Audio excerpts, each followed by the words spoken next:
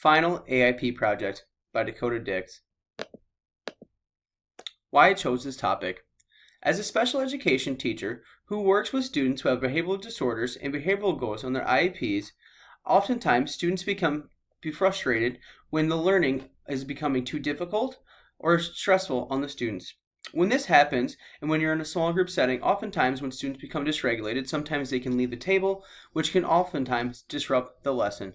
When this happens and they leave the table, I find myself focusing a lot of energy on getting the student who is dysregulated regulated again so they can continue their learning and join the group. When this happens though, sometimes I often neglect to focus more attention and have strategies to implement with the students who are at the table. Oftentimes they are just sitting there waiting for the lesson to continue. The reason why I wanted to do this project is to know about educational apps and educational technologies that I can use with my students in case crisis happens in the classroom. It's always important to have a plan in place so the continuation of learning can be possible for every student in every situation. Some important themes that I came across in my research were game-based learning. Game-based learning is a fun and engaging way to incorporate educational activities with games. In the app that I'm going to explain later, this does a wonderful job at incorporating lots of opportunities for students who take part in game-based learning that incorporates fun and engaging opportunities and activities. Musical therapy is another important theme that I came across in my research.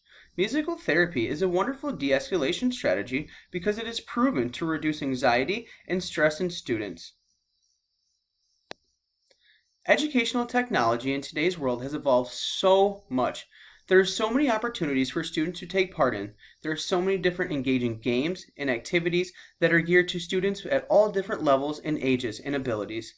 Educational technologies is an important theme because it allows students to take access of their own learning in fun and engaging ways. De-escalation strategies was another important theme that I came across in my research. As a special education teacher who works with BD students, it is important that we have de-escalation strategies that we know and that we can implement in case anything were to happen in the classroom. Classroom management was another important theme that I came across in my research. Classroom management is important for the success of all learners in the classroom.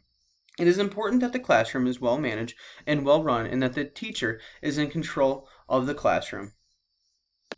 The three applications that I explored for this research project were abcmouse.com, getepic.com, and pbskids.org. I will actually take you there right now. abcmouse.com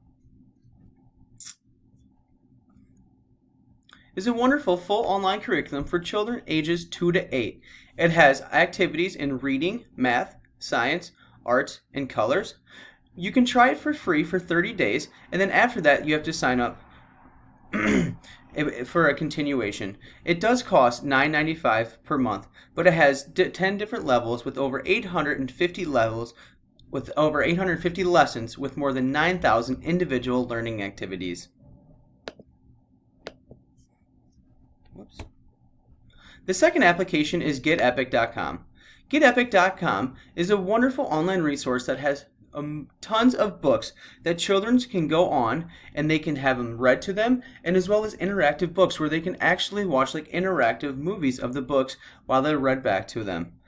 Parents get the first 30 days for free, and educators can actually get it for free in class. In order to get on here, you need a login, and it's a wonderful resource where students can go and enjoy all their favorite books.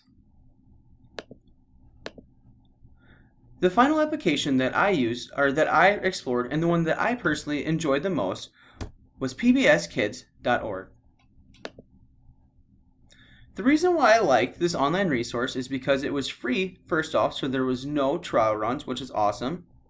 Plus, it incorporated all of their kids' favorite characters, like author, and all of their other favorite characters.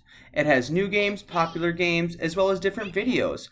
If you go to the games, it has different subjects like reading, math, science, music, Spanish games, and if you don't think that those games are hard enough, then students can actually go into harder games. They have lots of fun, interactive, fun, and engaging activities for all ages of elementary students and for all abilities. Describe the plan. How will you implement the plan in the classroom? First, I will explain to the students how to use the plan, or how to use the app, sorry. What the app is, how to use the app, which levels are appropriate for the students, what times are appropriate for students to use the app. So for instance, first I would start by talking about what the app is, what it all does, where they can access, what different subjects they can access, what different games they can access, what different movies, what are videos, games, and all that good stuff. How to use the app. Then I would tell them how to use the app, how you would log on, how you could go to the different interactive games, and all of that fun stuff. Next, I would talk about which levels are appropriate for the students. So for instance, if a student is at a second grade level, then I would tell them to go to the second grade level. Unless they're not quite developmentally at a second grade level, then maybe I would suggest going to like a first or kindergarten level to games that are more at their level. And then what times are appropriate times for students to use the apps. I would explain that the appropriate times for students to use the apps are for instance, if a student becomes dysregulated and I am focusing a lot of attention on them, that they can go ahead and pull out a laptop and they can hop on the pbskids.org app and they can hop right on and get started. When students understand how to use the apps, I will use the apps when students are becoming dysregulated. So like I explained before, when a student is becoming upset or something, an easy fix to help continue the lesson for the student who is regulated at the table would be like to go ahead and grab an iPad, hop on the app, and we will just continue the lesson that way while I'll take care of the situation over there. I will also use this app when students need extra help with specific skills. So for instance, if they have a lagging skill in the classroom, if they're working on addition and they just can't carry it over and they're really struggling with that, then maybe we would work on an activity that really focuses on that. So in a fun, engaging way, we can explore different ways to learn that specific skill and really hone in on it and practice that specific skill. I will also use this app as a free choice for students when appropriate. So sometimes on Fridays I like to have game days for students, so I would use the app on that, or other times in the classroom when maybe I have a little bit of time to kill, or if they have earned like a little break or something in the classroom, then that would be an awesome time to use PBS Kids. Some strengths and weaknesses of the app. Students of all abilities can use the app, and that's one reason why I really enjoy it. Instruction is individualized based on students' needs. So like I said, individuals can work at their own pace and at their own levels, which is really awesome. It includes various subjects which students can work on. So like I said before, it has like reading, math, and other science and other subjects like that. So a wide range of subjects that students can work on. It uses familiar characters like Arthur, like I was explaining before, that students love. It is free. That's the big one. So if, for instance, if a school doesn't have a lot of money, or if a classroom doesn't have a lot of money, or for instance, if even families at home might not have a lot of money, this is an excellent free resource that students can go to have or to take part in fun and engaging activities. And it also has tabs in which teachers, students, and parents can access individually, so it makes it really nice and individualized. Some weaknesses to the app. It requires a laptop or some sort of technological device. So for instance, you need like a phone, a laptop, an iPad, or something to access the device. You also need reliable internet to access to get on the app. So if you don't have internet access, then unfortunately you won't be able to use the app. And it also requires students to have and know their logins in order to get into their accounts. You don't need to necessarily know the logins unless you want to create an account each time, but if you want to make sure that you can log or keep the progress that you're making and you can track the progress that you've been making, that you need to remember a login and a password. So it's important that students have those. The benefits of using an AIP plan and the importance of considering technology in the classroom.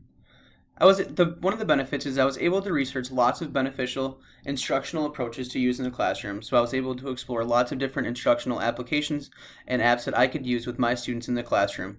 I was able to carefully analyze which ones were best suited for my students and their individual needs, which was a huge relief that I was able to find something in some apps that I could use specifically for my students when things were getting chaotic in the classroom. Excuse me. As well as analyzing each of the individual apps, I was also able to consider the pros and cons to each solution and how I could successfully implement this technology in my classroom, which led me to believe that PBS Kids was the best one just because of the access of it and the free access of it. Using technology is very important in the classroom because using technology is a great way to meet the needs of all the students in the classroom. The apps that are designed now, the educational apps, can be individualized for each of the students. So the instruction on the apps are individualized for based on the student's needs. Students are able to work at their own pace and progress at their own levels that are appropriate for them. They don't need to keep up with the class. They can individualize the instruction and keep up at their own pace. And also students can progress gradually as appropriate. How can this project help? Other teachers solve other projects? This project can help teachers get an idea of which apps and technologies they can use in their own classroom with their own students who may become dysregulated. This project can also help teachers get lots of ideas on how to conduct classroom management when a student or students can become dysregulated. When this happens, learning can become impeded. So this was a wonderful project because it analyzes solutions that teachers can ensure that they are able to meet the needs of all their students by providing rich educational experiences, even in the midst of crisis. This methodical approach is better because it is research-based and proven to work. Trial and error applications are not always proven to be effective, and now they don't work every single time. Not only do they not work every single time, but when using trial and error, it could take a long period of time before finding out what the appropriate technology to use in the classroom is. During that time, you're missing out on so many important things. So this prevents that. So by using a methodical approach, this prevents that by personally analyzing which interventions are best to use with your students. When dealing with the lives of our students, it is always better to know than to just guess. Thank you.